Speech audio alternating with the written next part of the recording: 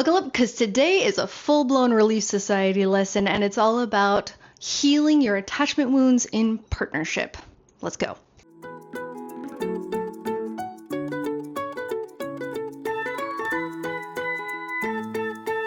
A few videos ago, I did a little primer on how you can start to heal attachment wounds by yourself, which is a challenging concept because you're alone, but it's also very necessary because a lot of the thresholds of discomfort or dysregulation that we face when we're in faith crisis, we are facing alone. So you do need tools in order to regulate yourself or know how to help yourself back into regulation that you can apply by yourself, regardless of what the people around you are doing.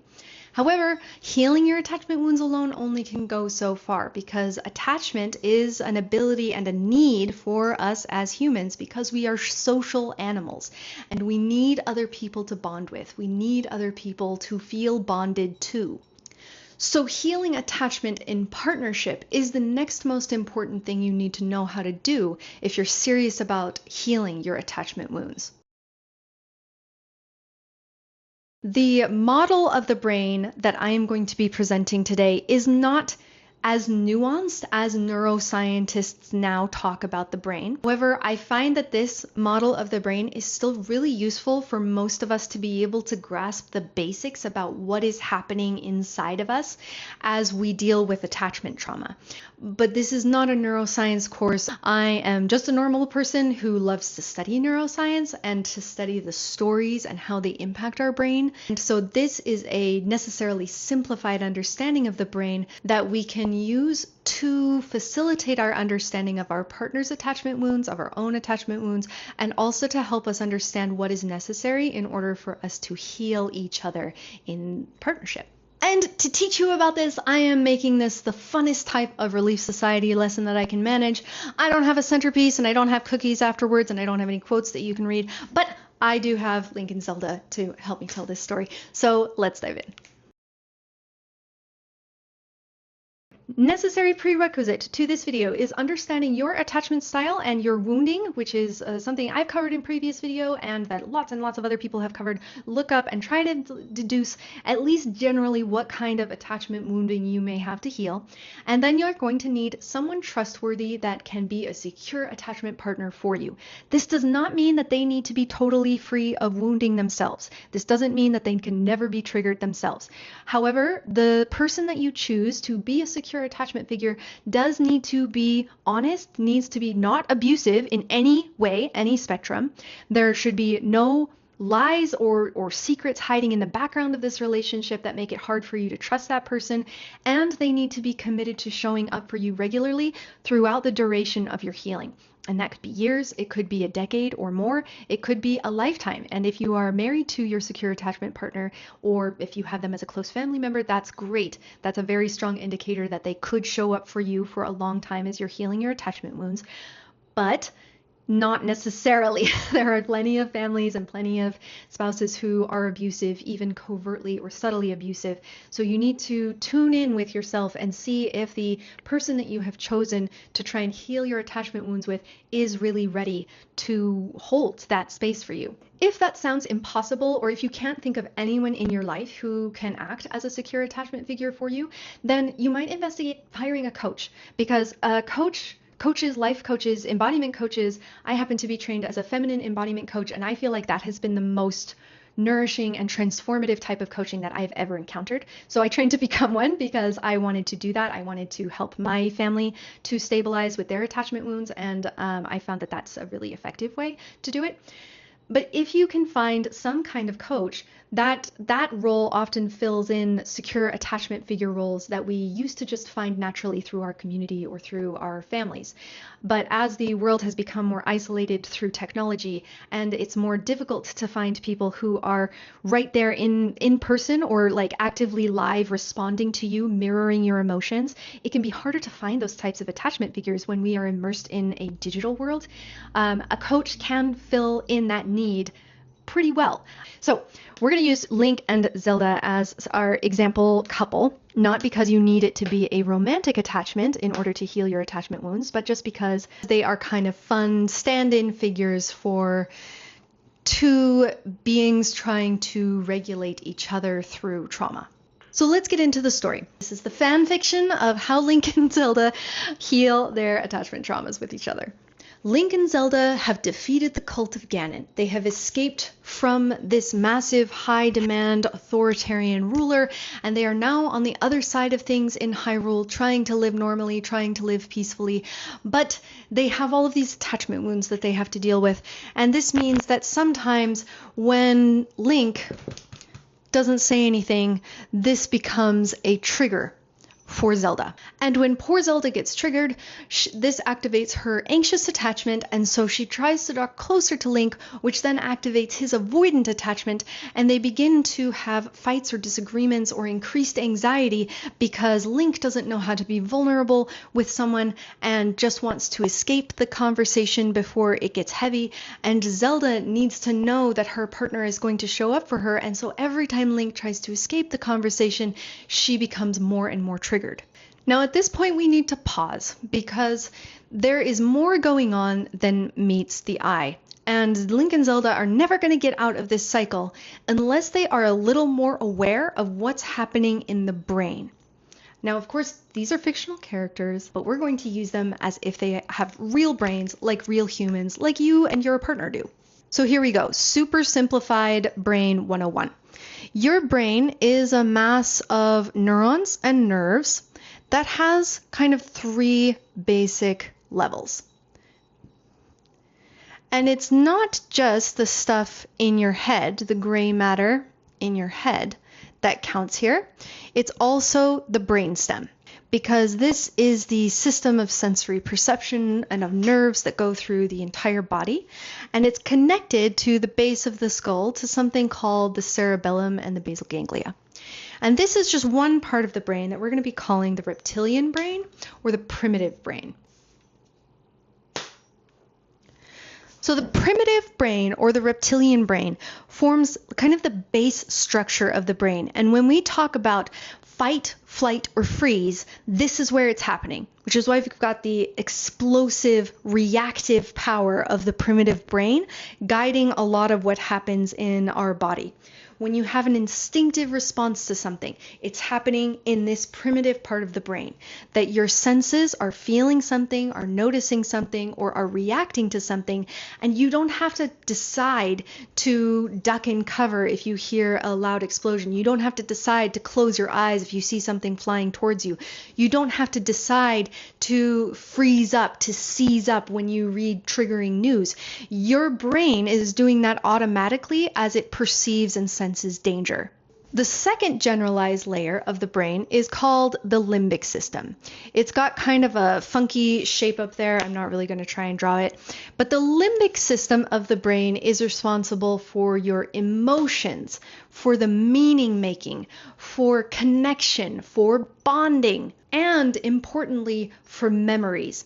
So you can probably hear some of the things that are entering into our consideration of triggers already, because you have this reactive center of the brain that is going to be perceiving its environment and reacting automatically to that environment. So as you are a child growing up in whatever household you grew up in, you are automatically responding to changes in your environment, to changes in your caregiver's demeanor, to fluctuations of safety or of control that you have in that environment. You're responding to all of those things automatically, thanks to your primitive or your reptilian brain. And this level of the brain associates very tightly with the limbic system of the brain, which is all about connection, about bonding, about memories, about emotions, about meaning making, and even storytelling. A lot of that happens in this limbic or mammalian part of the brain.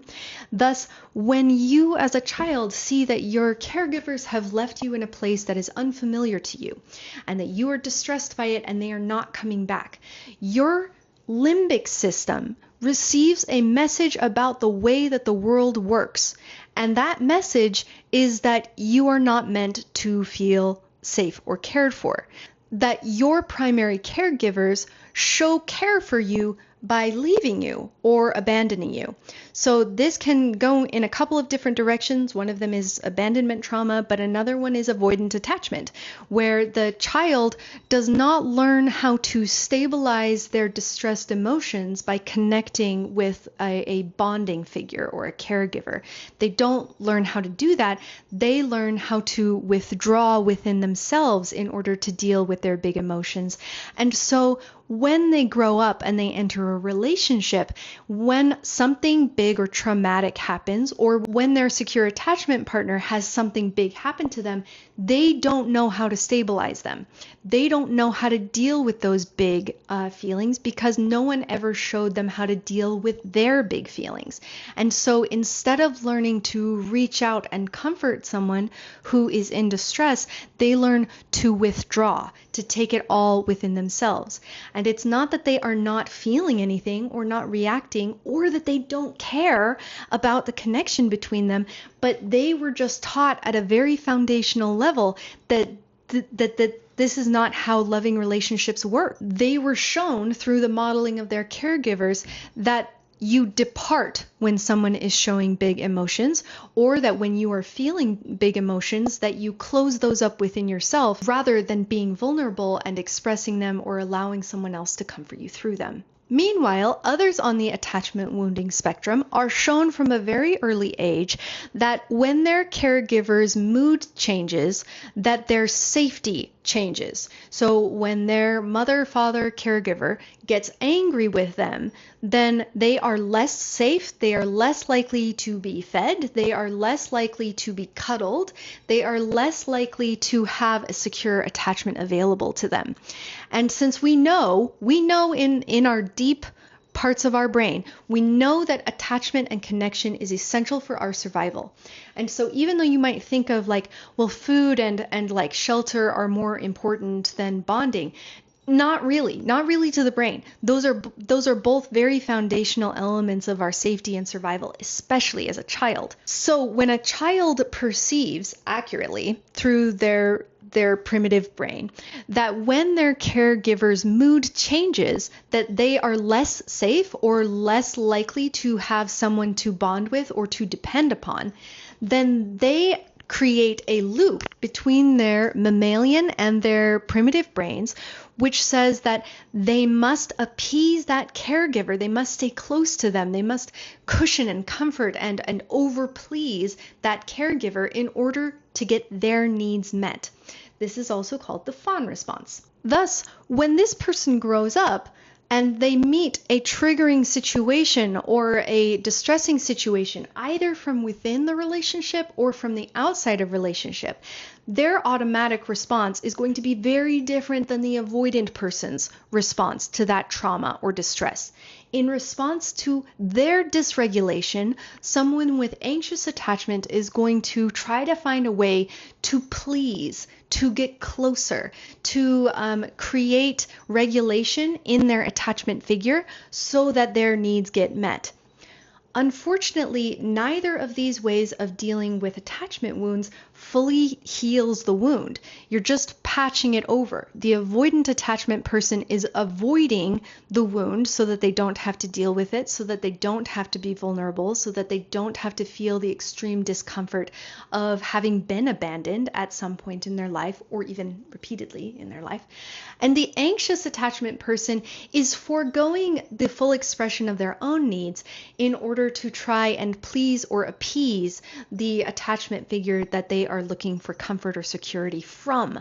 And when this happens, as it often does, often people will attract to someone of an opposite attachment style. When this happens, their brains are working in ways that actually reinforce each other's attachment wounds. And unless they bring in this third level of the brain, they get stuck in those action, reaction, please and appease cycles, and they stay in their own wounding, and they just make maybe a functional relationship, but not a truly healed relationship. So let's bring in the third level of the brain, which is the prefrontal or neocortex. It's also called the neo-mammalian brain because it is considered the higher level or more evolved or more progressed, more intelligent portion of the brain that specifically humans and other higher level mammals have developed. In my opinion, considering this a higher or a more advanced or a more special, better version of the brain is misleading though, because if we depend just on this portion of the brain, the neocortex and the prefrontal cortex, if we depend just on this portion of the brain, then we are missing a lot of the information that our primitive brain and our limbic system are telling us about our physical experience and about our environment and about our need for connection and a lot of other things. The neocortex or the prefrontal cortex is also how we have been trained to see each other. We have been trained to look at each other and expect very logical, planned out, well-reasoned action. Because that is what the neocortex does. The neocortex is really great at abstract thinking, planning, forecasting, looking ahead. But the way that it does that is by looking behind, and specifically by looking into the limbic system. The limbic system and the primitive brain provide the basis of logic for the neocortex so that the neocortex can make plans or decisions or forecasts about the future. Thus, you can probably tell that if there is wounding here, if there is wounding in these foundational layers of the brain, then the neocortex or the prefrontal cortex is going to be working off a set of logic that isn't necessarily sound, that doesn't necessarily reflect the real environment. The neocortex is going to then be responding to a set of logic that is inherently biased or flawed or you guessed it, insecure. Because that's what attachment wounding does to us. It makes us insecure. And so the neocortex basing decisions or forecasts or projections about the future based on parts of the brain that are experiencing a significant injury with attachment wounding is necessarily going to be making not the greatest decisions because it's not being able to perceive the situation accurately yet. So what do we do to heal this? Like Simba says, you can't change the past. You can't just go relive your childhood and learn a basic new structure for your brain. But can you? Are there ways that you can reprogram your brain to have a solid foundation so that you are more able to think with your neocortex, your prefrontal cortex, in a way that accurately projects where your relationship can go in the future? I think you can. And here are some practical ways to do that. Step number 1, to start healing these attachment wounds, you're going to need to employ your neocortex to become the voice of these deeper centers of the brain. The neocortex is where you process and understand language, and that is how you communicate with other people. However, your limbic system and your reptilian brain or your primitive brain don't have a natural language that they speak to the rest of the world.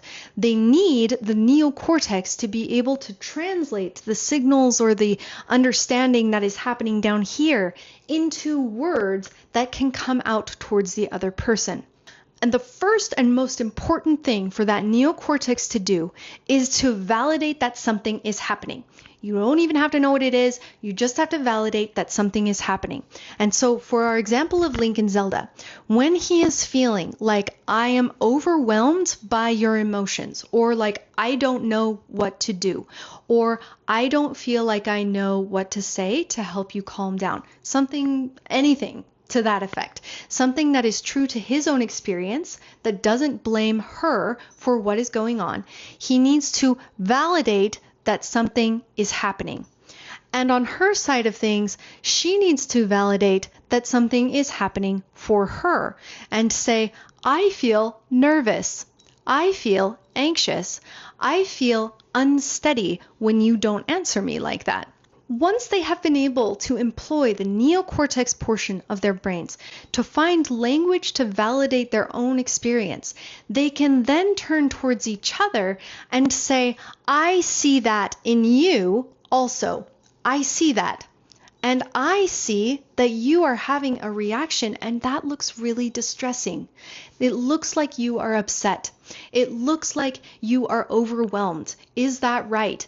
You don't have to project onto the person, and you don't have to blame them for their reaction. You can just use your neocortex to observe the situation. Step number 1. After you have addressed the fact that you're having a reaction and acknowledged that the other person might be having a reaction too, then you can move on to using this neocortex to try and figure out what exactly the reaction is. Maybe they're having a fight response.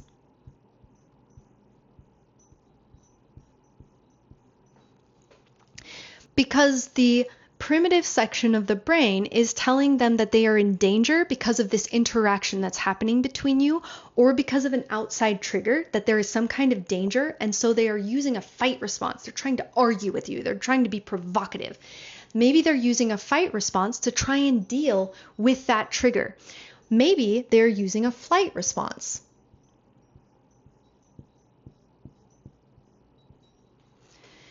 In which their primitive brain is saying, this situation is so dangerous that you have to get out of here.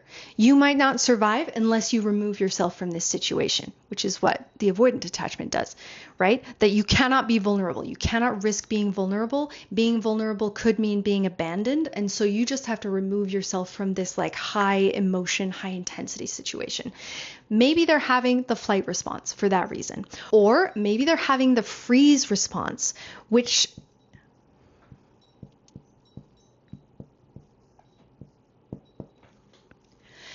in which the reaction that you are having, that your body and your deeper brain is having to your environment, is that you have to play dead. You have to pretend nothing is happening. You have to go numb in order to survive this situation, or to survive it in the best possible way. If they're having a freeze response, then the limbic or mammalian brain assumes that they can't connect, that they don't need to, that they don't want to, that it is dangerous even to connect with others at this time, because their deeper layer of the brain has told them that they are about to die unless they play dead. And then, of course, they could be having the fawn response, in which the limbic system of the brain is primarily responsible for saying, listen, I hear your reaction. I see that we're in a dangerous or a precarious situation. And the way to solve that is by pleasing and appeasing the person to whom we are attached. We want to make sure we're secure by making sure the person that we are closest to is happy with us. Any one of these reactions could be happening from this part of the brain, and it could and is likely a combination of all of these reactions, because your brain is adaptive, it's creative. And so if the fight response isn't working, maybe it's going to jump down to the freeze response. If the freeze response isn't working, maybe it'll jump up to the flight response. And if that's not working, maybe it'll go, around and around and around and around. No matter what strategy your brain is using, though, the important thing for your neocortex to do at this stage is just to name it. And you may have heard people say that you name it to tame it, but naming it does not necessarily tame the reaction. And it may not even be the best way to approach this trigger. Because if you are coming into your brain with this attitude of I'm gonna fix you brain, you're probably not gonna get very far. I would say that using your neocortex to name the reaction that you're having in your brain is valued primarily as a way of just seeing, observing, of non-judgmentally approaching yourself in a way that doesn't re-trigger you. Because the reason that your neocortex is going to resist naming these reactions in you is because you already feel judged for them. You already have felt judged for them, either by your caregivers growing up, or by other relationship partners, by other secure attachment figures, or would-be secure attachment figures. And so you have resisted naming these reactions in yourself because you've already felt like they ostracized you, or maybe even endangered you. So it's very important as you're going into this process to not try and judge yourself, to not go in to fix it.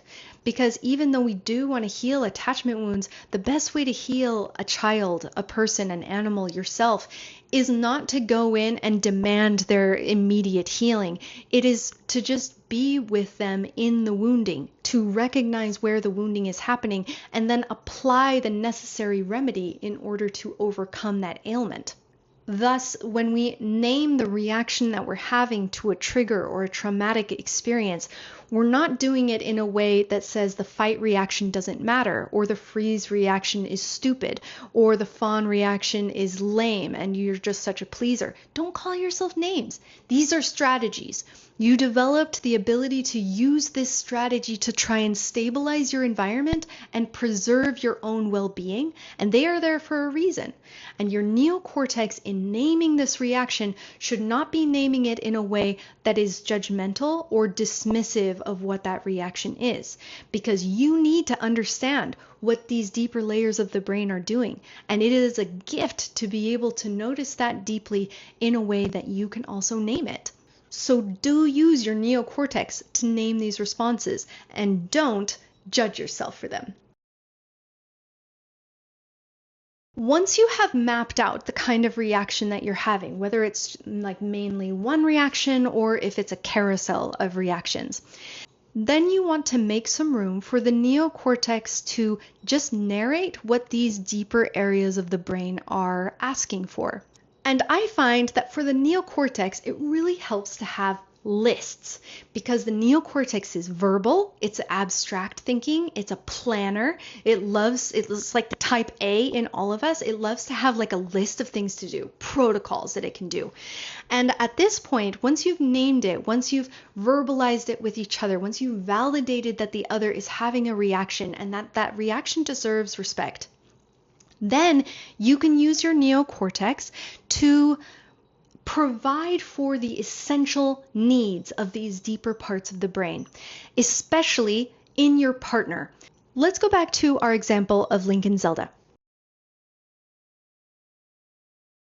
Let's imagine that Link has noticed that Zelda is triggered. She may or may not be in a position to use her neocortex to validate what is happening for herself. But even if just he notices that she is having some kind of triggered response, he can begin to tend to her deeper brain needs in order to help her heal from that response. Of course, it's going to be better if they both know what responses they're having and are able to articulate it, but not everyone is. So let's just assume that we skipped these first steps and went straight into like, what can someone like Link do if he knows that his partner is having a triggered response? He can use his neocortex, his ability to plan, to make lists, to think abstractly, to put things into categories, to recognize patterns. He can use that to recognize that his partner is having a trigger. And once he recognizes that, he can have a list of things that he does in order to provide secure attachment for her immediately. Even if she doesn't know how to name it, even if he doesn't know what the name of it is, he can go straight to addressing this primitive part of the brain and use this list to soothe the deep parts of her brain. Now, because the primitive brain is primarily concerned with survival, with regulating our blood pressure, our heart rate, our digestion, all of our automatic responses to stress, Link in this situation can immediately begin to address the needs of the primitive brain by securing the physical environment for his partner. This would be things like asking if she is hungry. Does she need food? Does she need water? Is the physical environment safe? Is the physical environment private? And this includes things like digital privacy, because nowadays, even in the privacy of your own home, if someone is experiencing a trigger and their partner pulls out their phone in order to film them or take a picture of them, that can be incredibly violating and can re-administer or compromise the healing of that wound, because it exposes the wound to a bigger audience of people than that person ever wanted. In order for one partner to make sure that the other is safe and secure, that means creating a physical space that is both safe and private so that they can experience the trigger, explore what it is saying, verbalize what it is saying without the fear of being exposed to an audience that was not intended for that trigger. Other things that might come up in the needs for physical safety are warmth. Do they need a blanket? Are they feeling too hot, too cold? Do they need tissues? This was actually a big deal for my husband and I, because when I am experiencing a trigger, I am just a gushing waterfall of liquids. And when he didn't respond to my need for a tissue, when he didn't just automatically go and get me a tissue, my triggered state, my limbic system, perceived that as a lack of willingness to be with me, to bond with me, to notice me. So I felt a lack of nurturance in healing my attachment wound from the lack of tissues. And I think that that's like a really silly thing, but remember that like your deeper brain injuries are not logical in the same way that your neocortex is logical. That your limbic mammalian brain, your primitive reptilian brain, they need really basic things. And you need to stop judging any of those needs as being not worthy of attention, especially when it is something that your partner is experiencing. The more seriously you take the physical needs of your partner's comfort, the more the reptilian brain in your partner will feel nourished, cared for, safe, willing to connect, willing to bond, willing to possibly even start healing that attachment wound. And one last note about these physical needs is that the more Link, in this case, our example, the more that Link can do, the more that he can accomplish from this list without asking Zelda at all, without trying to require her neocortex to do the work of verbalizing it, the more comforted her reptilian brain will be. Because the primitive brain, again, doesn't speak the language, doesn't speak the language that we use between each other as partners or spouses. The reptilian brain speaks in terms of needs. And if the reptilian brain has to communicate its needs to the neocortex in order to communicate it to the partner, that is less nourishing than if the partner just uses their neocortex to automatically fill in the needs of the reptilian brain. It is much more securing to have a partner who notices your needs immediately, automatically, than it is to have a partner who blunders into the situation, and even if they're asking the right questions, they might be requiring your neocortex to work in a way that you're not ready to work when you're in a triggered state. It is work to translate these needs from the reptilian brain to the neocortex in the form of language. And if you can meet these physical needs, can notice those physical needs without having to require your partner to verbalize them, that will be much more effective at shortcutting the process of attachment healing than if you come in and ask blunt questions about like, okay, here's my list. Do you need food? Do you need water? Do you need a blanket? Do you need other things? Those questions can be fine, especially if you phrase them right, but the more you can do automatically, the more comforting it will be. The next thing that you can do to help your partner heal in their attachment wounds is to address the limbic brain.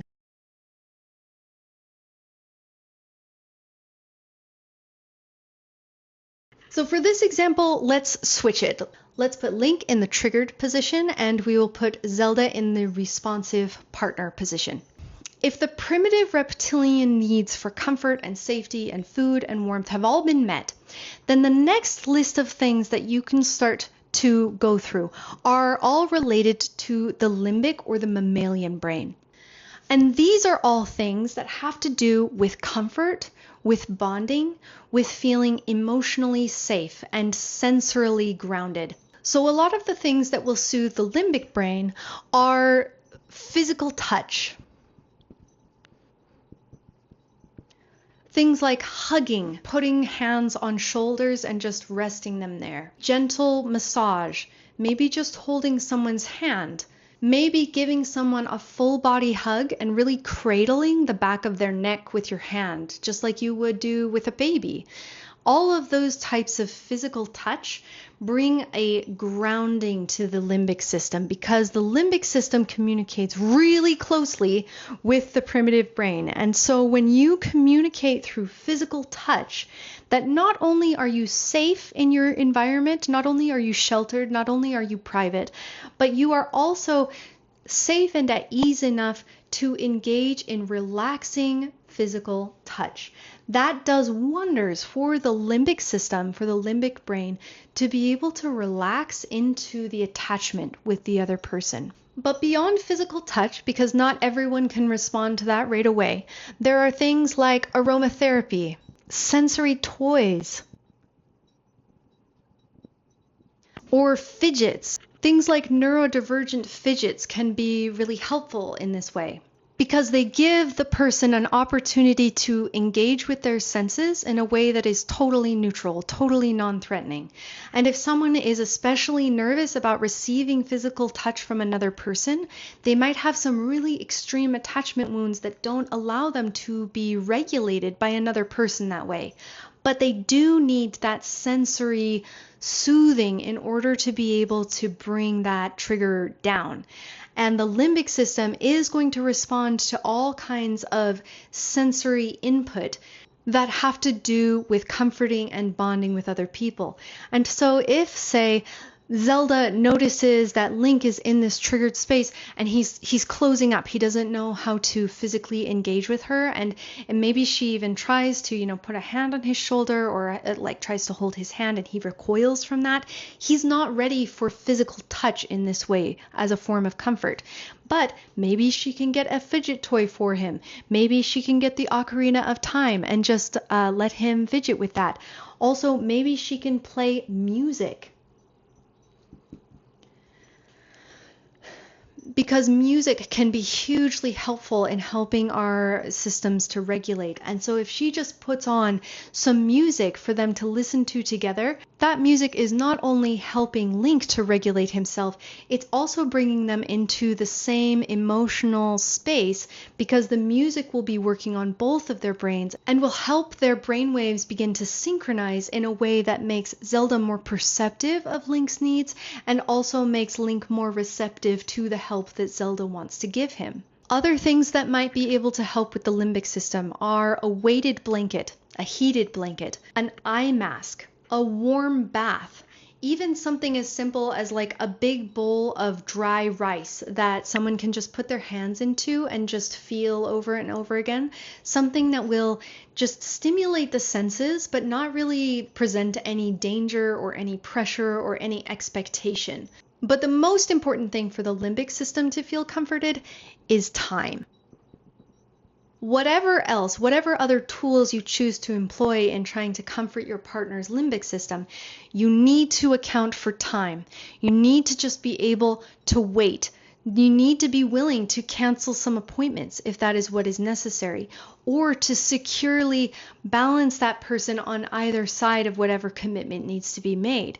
For example, maybe Link goes into this trigger when Zelda is about to go pick up their kids from school, and she has to step out for a moment in order to go get the kids because that really can't wait. But she can do a lot of these things to comfort the limbic system of Link while she is away, so that while she's gone, the music is there, the weighted blanket is there, he has a sensory fidget toy to just focus on and allow himself to come back down into a safe place in his body.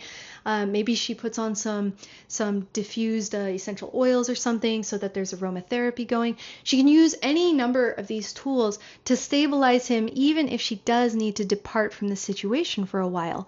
But it is essential that she come back. It's essential that she allow for whatever time the trigger is going to take in order to let it unfold and allow that connection to happen again.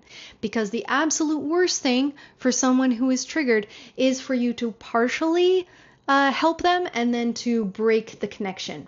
If the connection gets broken, it will send that trigger back underground, so to speak, back into the depths of the brain, and it won't surface again until another trigger happens. And the attachment healing that we need to do in partnership happens from those triggers. So instead of resisting triggering each other or hoping that you never trigger each other, just allow the triggers to occur naturally. They'll find their way out. And when they do happen, make time for them, make space for them to be there, and do the work necessary to have a variety of tools to comfort the reptilian brain, to preserve safety and privacy, and then to comfort the limbic system by reminding your partner that you are there for them through physical touch, if they can tolerate that, or just through providing things that would provide a good sensory experience for them, like a fidget toy. Things like music, and most importantly, your presence in time. Just sitting there next to them, paying attention to them, waiting for them to come around, giving them the space that they need, and coming back when they feel ready. All of those things are super important when it comes to healing these attachment wounds. Now at this point, there's a kind of intermission in the healing, and it could go in a few different directions depending on the couple, depending on the different attachment styles in play, depending on how triggered each of them are. But once you have addressed the needs of the reptilian brain by preserving safety and privacy, by preserving the natural physical needs, and then addressing the needs of the limbic system by providing as much comfort and presence as time as the person will allow, the person who is triggered might need to take additional steps before they're willing to talk it out. And those additional steps could be things like breaking out their journal and journaling for a bunch of pages, or typing a bunch of pages. Or it could be something like going to visit a therapist and getting a third party's advice before responding directly to their own partner. Or maybe they just need to take a break, especially if they have avoidant attachment. They might feel safer alone, and so they might just need to leave the area and go walk in nature, go take a walk through the park, go walk around the yard, something like that. They might just need to go be alone for a while they let their own brain settle, and then they can come back to the relationship. And make sure that if you are in the healer position for this particular trigger, that you don't take it personally that the person needs to leave for a while, or that they want to go talk to their therapist first. This isn't personal. Just trust that your partner knows what their next step needs to be on their healing journey, and accept the fact that you, as the presently healing component of your partnership, are going to be there for them when they get back, and that you are going to be ready to talk to them when they get back. Oftentimes in a partnership, or at least in my partnership with my husband, this intermission part can be one of the most challenging portions of recovering from attachment wounds, because that separation, when we have to go apart and journal or process alone for a second before we come back together, can be really alienating and really nerve-wracking until the person comes back. And especially if one of you is dealing with anxious attachment, it can be very challenging not to get triggered yourself just by allowing your partner the space they need to process their trigger. So that's why we're doing this video, is to remind you that them needing their own space is not a rejection of you. You don't need to feel triggered by that. They are just processing their trigger in the way that makes sense for the particular injury they have acquired in their brain. And if you have done the work of trying to compassionately and consistently show up through these first two steps of the trigger, through these first two layers of brain comfort, you can trust that your partner will come back and will be able to engage with you by the time they know they are done with that intermission. After the intermission, though, comes one of the key parts of healing from attachment trauma, and that is talking it out with each other. Because as children, we download a lot of these attachment wounding styles automatically from the environment that we're in. But as adults, we need to consciously deconstruct those wounds, to perceive those wounds and to meet those wounds where they are, and then to consciously construct a new neural path towards relating in relationships. And the way that we consciously rebuild that neural path towards healthy relationships is through speaking. Because once that intermission has been completed, hopefully the primitive brain is feeling more secure, the limbic brain is feeling more cared for, and then we have to practice creating a new application of secure logic in the neocortex. So that means coming back together and instead of disengaging from the relationship saying, I feel so alone. I felt really alone when you did that. When you went and had that meeting with somebody else and you were praising them so much, that made me feel like you don't value me. That means that you need to verbalize that for your partner, and that your partner needs to compassionately catch whatever it is that caused that trigger and say like, oh, I can see why you felt that way, especially with your background where your parents may have done that to you in childhood, may have only praised one sibling to the exclusion of others. Maybe that caregiver modeled for you that praise for one person means that they dislike something else. And so me praising this person told the deep parts of your brain that I didn't care about you or that I don't admire you just because I was praising so-and-so. When you are able to express that need from the trigger and have it be caught by your partner and validated in an authentic way, that is where the real healing of the attachment wound comes into play, because then you haven't just comforted the primitive brain and you haven't just comforted the limbic brain, you have started to restructure your neocortex based on this new understanding of the world. And that understanding of the world is secure attachment instead of injured, wounded, insecure attachment. So the talking it out is an essential step. And the person who is in the seat of the healer needs to be ready to receive and validate the things that the person who has been injured is saying, and to compassionately bring back an authentic perspective on how much sense it makes that their brain was working in this way, and then to offer a different perspective, a different view of this reality that you both experienced. Because if Link comes and says, when you had that meeting with so-and-so and you really praised them, that made me feel unappreciated, that made me feel unloved, because my parents used to do that with my siblings and I. They used to praise my older brother and I was always left out. I always felt less than. And if Zelda says, oh, I can see why that happened, what I was actually trying to do was really encourage my friend, because I know that she's super insecure in her new business. And so I wanted to just give her like this big gift of encouragement and confidence that I have in her so that she could move forward. But it doesn't mean that I don't believe your idea is good too.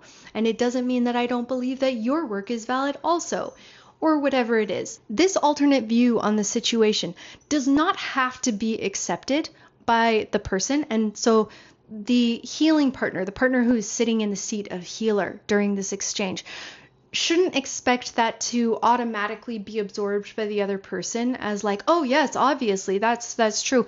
If they accept it too quickly, that probably means that they're still somewhat in a fawn response. It's going to take time to restructure the neocortex, but what the healing partner is doing is just offering an alternate neural path that can reshape the neocortex so that the next time their partner has a trigger like this, they can remember their words saying, oh, my partner really likes to encourage her friends in their new ventures, and that doesn't mean she doesn't value me. I've heard her say that. It might even help for this partner to write down what the healing partner is saying, because since the neocortex takes time to catch up to make a new structure on top of a secure attachment, they might need a few times of perceiving it from the other person's perspective in order to feel more secure or confident that their injury is not speaking the truth about the situation, that their partner might have a more authentic view of what's really happening than their injury does, if that makes sense. Now, just to note again, this is why it's very important to choose your attachment figures wisely, because if you have any gaslighting at all in your relationship, any inauthenticity, any secrets or hidden things or abuses, those are going to be really problematic at this stage of trying to heal an attachment. And they could make it so much worse for one or both of you if you try to heal attachment with someone who is not really trustworthy or not secure as an attachment partner.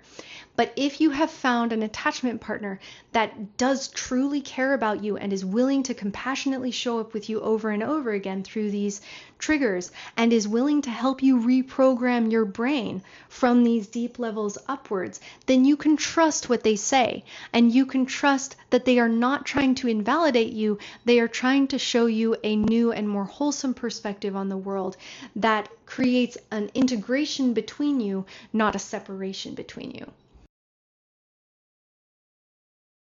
Another model that can really help with this reprogramming of the neocortex is a system called IFS, Internal Family Systems. And it's also called the parts model, where instead of trying to claim ownership over all of the injuries and the competing triggered strategies that might be taking place in your brain while you are dealing with a trigger, you give all of those different responses different names or even character personas within yourself, so that you can preserve a sense of coherence within the neocortex.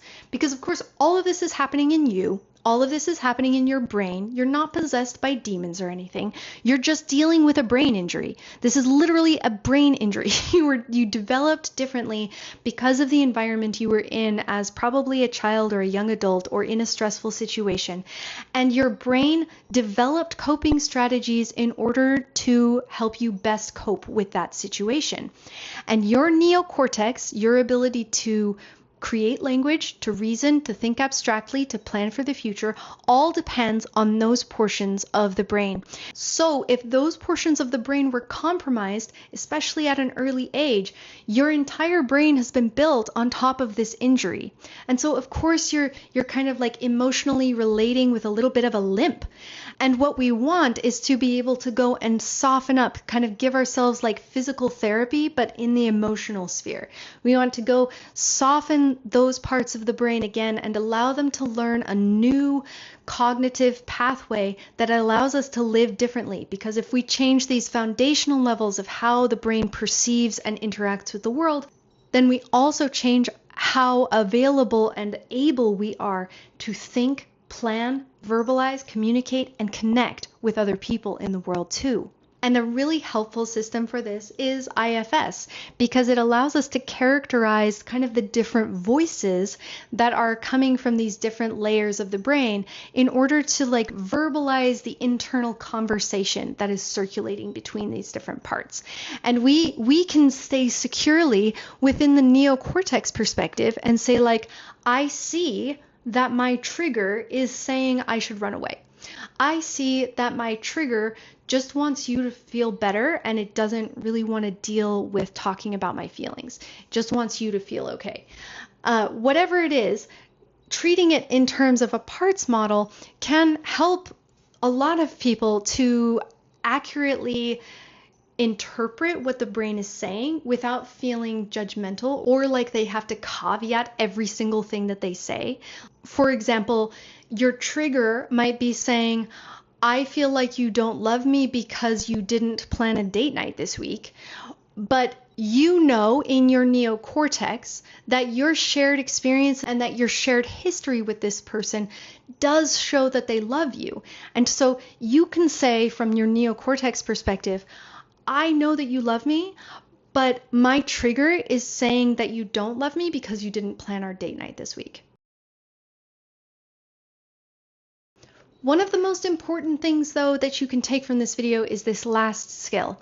And this is the skill of checking. It is super unglamorous, but it's just something that if you use over and over again, it will do a lot of the work of attachment healing for you. Checking is the process where one or both of the partners needs to check in on the other person to just like make sure that attachment that you have formed between you is still secure, is still solid, still matters to the other person. And this might be something like one partner checking with the other and saying, it really doesn't matter to you that I cut my hair. Or it really doesn't matter to you that I want to get a tattoo. Or maybe, do you really think that I'm an honest person? Am I an honest person? A lot of people will perceive checking as a sign of insincerity or dishonesty, that if someone needs to ask that many times, that there must be something they're really lying about. And so if their partner is checking a lot of times on like, remind me again, I am an honest person, right? I care about people, right? I'm not just a heartless psychopath. That like they might interpret that to mean that like, well, is there something that you're hiding? Is there something that you're not telling me? Is there like some hidden crime that you haven't told me about? But that's not really the issue. The thing that they are trying to do is to reprogram themselves. And every time the brain runs into that old program, it's like pulling out files from an old closet or something. And it's going to need to check. It's going to need to send that up through the neocortex and ask about it and say like, hey, are you sure we don't need this old file anymore? Are you sure we don't need all of these files on abandonment trauma and trying to avoid vulnerability at all costs? Are you sure we don't need this anymore? And so when your partner is verbalizing a check with you, is trying to check with you again about something that maybe you've reassured them about 100 times already, it's very important that you, as the healing portion of the partnership at that point, just keep reassuring them. Just keep offering that limbic system the gentle, compassionate reassurance over and over again. And of course, you don't want to reassure them on anything that you don't feel confident about. You want to give realistic, authentic feedback. But if your sweet husband or wife is coming to you and being like, I don't know, I'm just worried that I'm a sadist and that I'm ruining all of my relationships by leaving the church and that I'm a horrible person and I'm disappointing my ancestors and I don't know, is this true? Am I a horrible person? You're just going to need to reassure them a lot of times and say like, you are not a horrible person. You have really tried to do this compassionately. You've tried to do it lovingly. It is not your fault that the church lied to you. It's not your fault that your family doesn't want to talk about it. It's not your fault. And having even one person to be a secure attachment in that way is so transformative in the healing journey after leaving a high demand religion or a high demand group like Mormonism. Because your brain was made, like probably literally made to conform to that system. And the fact that you left it has left these big gaping wounds within your neural circuitry. But the great thing about brains is that they are elastic and that we can keep learning our whole lives and we can keep adapting our whole lives.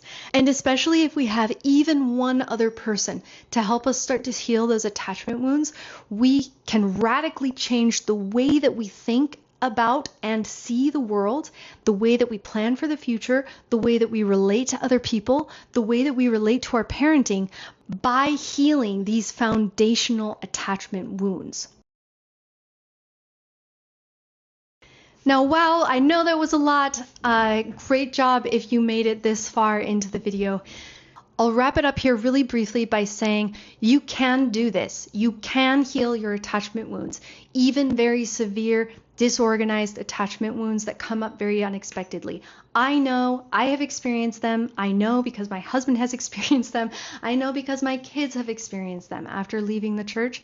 And it is possible to heal from these things, but you do need to be patient. Again, time is that key ingredient, both for treating yourself for your attachment wounds and for treating your partner for their attachment wounds. Be patient, be compassionate, be consistent. Just keep showing up in that space to over and over again, try to ground each other, bring each other sensory delight, bring each other comfort and reminders that yes, of course you're a good person.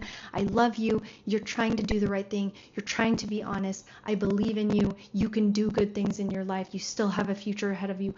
Those kinds of things, just helping each other to reprogram your brain, are really, really important, and they are worth the effort to learn how to do those well.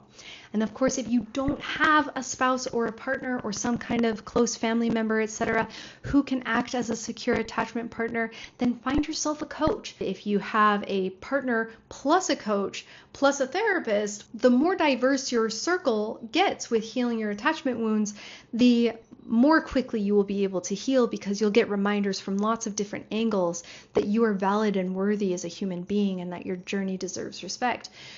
But even just one person can make a world of a difference.